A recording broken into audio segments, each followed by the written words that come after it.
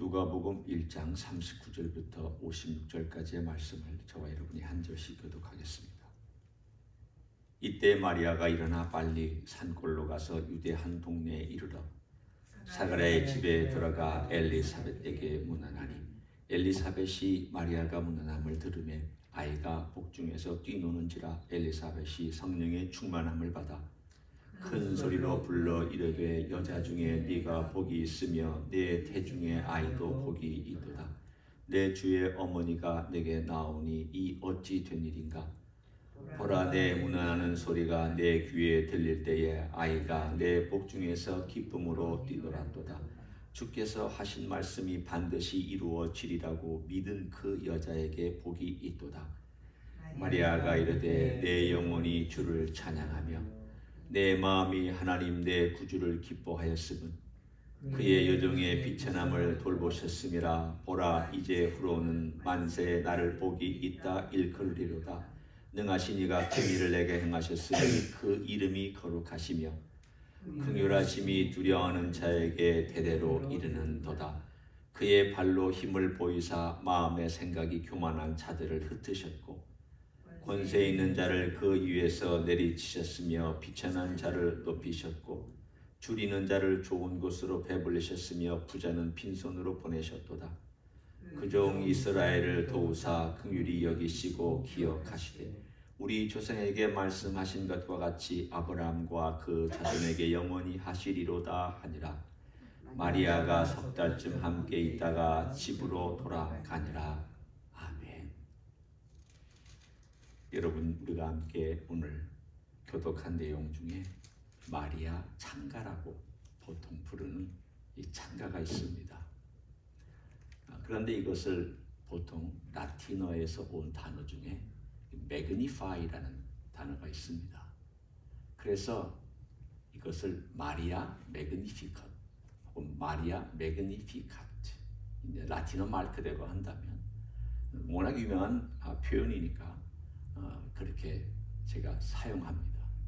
그런데 이것을 마리아 찬가라고 되어 있는 이것은 어떻게 생각하면 구교에서는 굉장히 높이 평가하고 또 이 노래를 자주 그들 성가대를 통해서 들려줍니다. 그렇지만 우리 신교에서는 마리아에 대한 엘러지 반응이 있습니다. 그래서 마리아 그러면 너무 이 구교에서 하나님의 어머니까지로 높여놔가지고 우리는 마리아를 생각하면 그렇게 하지 말아야 된다는 생각 때문에 마리아라는 말도 잘 안 꺼내려고 하는 그런 경향이 있습니다. 물론 마리아를 신격화시킨 것은 대단히 잘못된 것입니다. 바로 이 건물 앞에 있는 캐톨릭 교회도 임매큘렛 교회라고 마리아 무흠 교회죠. 마리아 무죄 교회라고 할 수 있습니다. 그러니까 이들의 마음속에는 하나님을 낳으려면 마리아가 죄가 없어야 된다. 원죄가 없어야 된다. 이런 나름의 자기들의 논리를 개발시킨 것입니다. 성경에는 존재하지 않는 논리입니다. 생각해 보십시오. 그냥 우리가 단순하게 여기 본문과는 크게 상관은 없을지라도 단순하게 한번 생각해 보십시오. 예수님을 낳은 다음에 동생들 남자 4명을 낳았고 여자 동생들도 낳았습니다. 그러면 일반적인 여성으로서 요셉과 함께 관계를 맺고 자녀를 낳았으면 죄인이죠. 그렇지 않습니까? 그러니까 예수님을 낳을 때의 상태, 그것을 성령께서 보호하시고 성령께서 잉태시키셔서 그 어머니의 배를 사용해서 육체가 만들어졌다라고 하는 어떤 신비한 이야기를 우리는 논리적으로는 다 풀어낼 수는 없지만, 그러나 예수님의 무죄를 우리가 성경에서는 분명히 발견할 수 있습니다. 하지만 마리아는 그런 증거도 그런 이야기도 나오지 않습니다. 오늘 이야기를 보면 우리가 마리아를 너무 높일 필요는 없지만, 그렇다라고 마리아를 너무 엘러지 반응처럼 마리아 그러면 말이 안 돼요, 안 돼요. 뭐 이런 식으로 우리가 반응할 필요도 없습니다. 한번 오늘 마리아의 얼마나 위대한 믿음이든지를 생각해 보기 원합니다. 16살입니다. 우리가 16살 때 예수님 제대로 믿었는가도 싶을 정도로 싶은 그 나이에 오늘 여기에 와서 마리아가 하나님을 찬양하고 있는 이 마리아 찬가의 내용을 듣고 있으면 복음의 진수를 얘기해 주고 있습니다. 하나님이 어떻게 역사를 운행하시는지에 대한 기본 뼈대를 얘기해 줍니다. 하나님께서 인간을 어떻게 다루시는지에 대한 이야기를 이 마리아는 찬가로 노래하고 있습니다. 우리는 마리아가 어떤 곡으로 찬양했는지 모릅니다. 분명히 이건 찬양곡입니다. 아마도 유대교에서 익숙한 어떤 음조나 또는 가락에 맞춰서 이것을 하나님께 영광을 돌리면서 찬양으로 올려드렸을 것입니다. 그렇지만 그것은 이미 잃어버린 거고요. 가사만 남아 있습니다.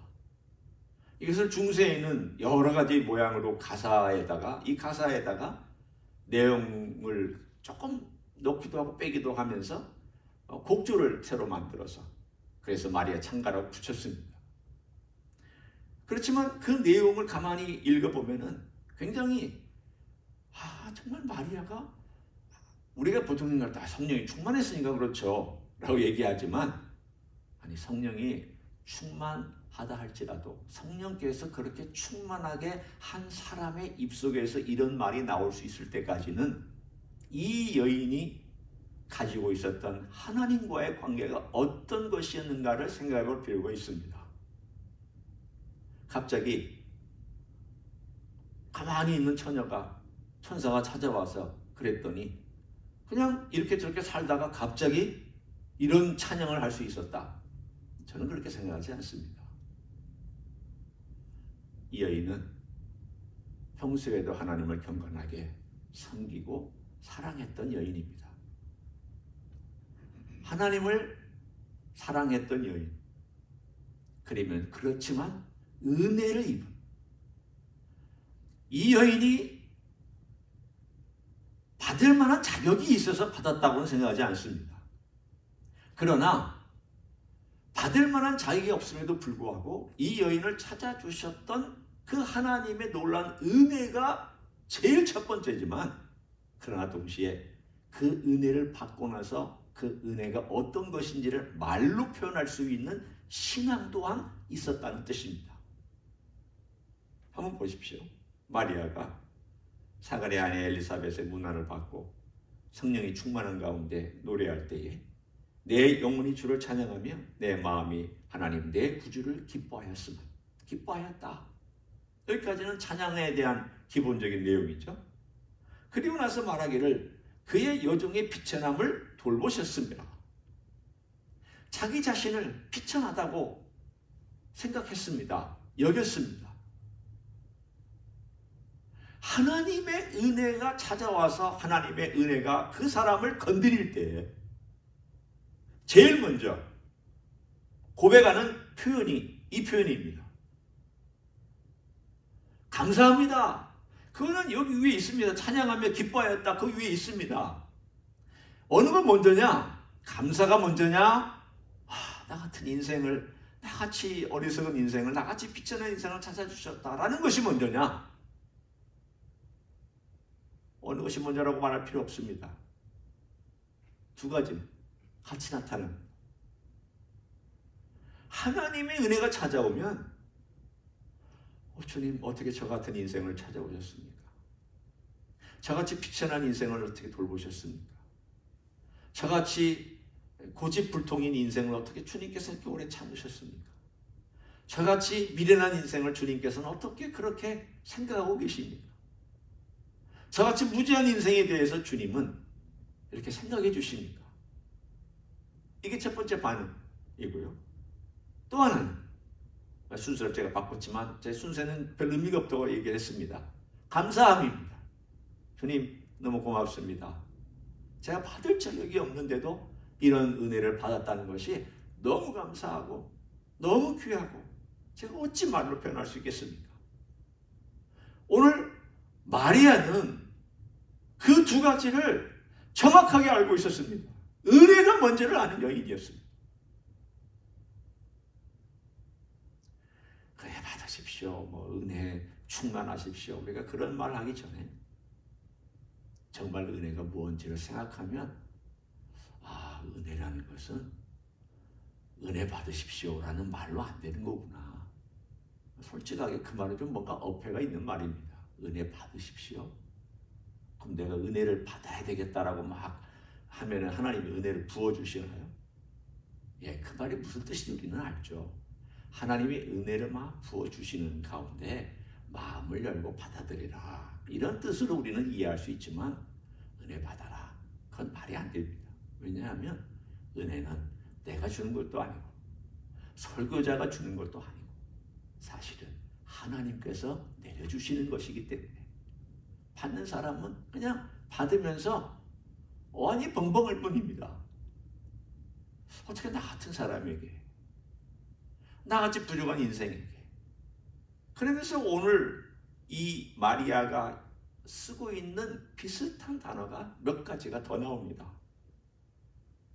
50절에 보면 긍휼하심이 두려워하는 자에게, 이건 마리아 자신을 얘기하는 것이기도 하지만 또 두려워하는 사람들에 대한 이야기이기도 합니다.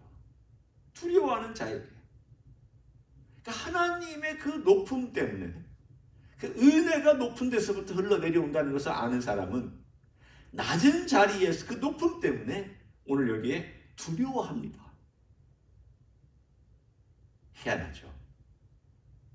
아니 은혜 받으면 기뻐하고 펄펄 뛰고 그렇게 되는 것이 아닌가요? 한편으로는 두려워하는 마음은 사람이 받기도 하지만 은혜를 받을 때는 두려운 마음도 생깁니다. 왜 두려운 마음이 생기냐면 공포심을 얘기하는 게 아니라 저 높은 하늘에서, 저 하나님 높으신 곳에서 낮은 나를 돌아보시는 그 하나님의 위대하심을 보며 두려운 마음, 경외하는 마음이 생긴다는 뜻입니다. 그리고 52절에 보면 권세 있는 자를 그 위에서 내리치셨으며 비천한 자를 높이셨다. 또 여기에 다시 한번 비천하다는 말을 또 다시 한번 합니다. 비천하다. 이게 마리아의 지금 머릿속에, 마리아의 마음속에 있는 가장 중요한 단어이기 때문입니다. 나같이 비천한 인생을 주님께서 돌아보셨다.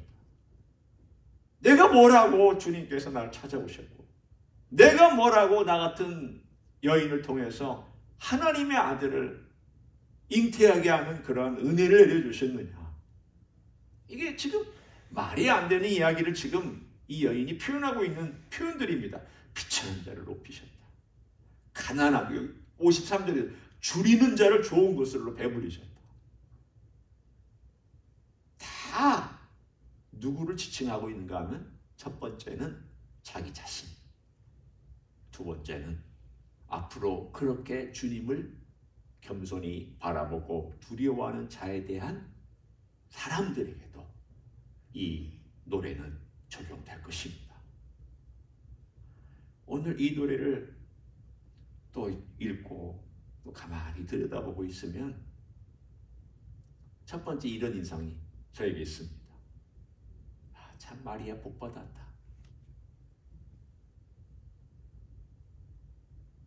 세계 어떤 여인 중에 이런 여인이 있느냐? 생각해 보십시오. 세계 어떤 수많은 여인들이 태어났고 수많은 인류들이 있었지만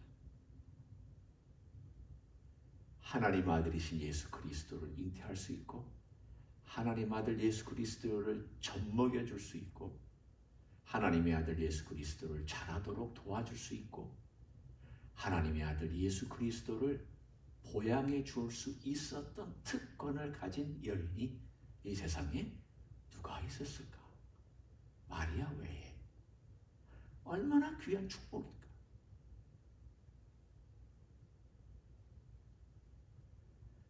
이 여인만큼 복받은 여인이 어디 있습니까? 그래서 사실은 복받은 여인이라고.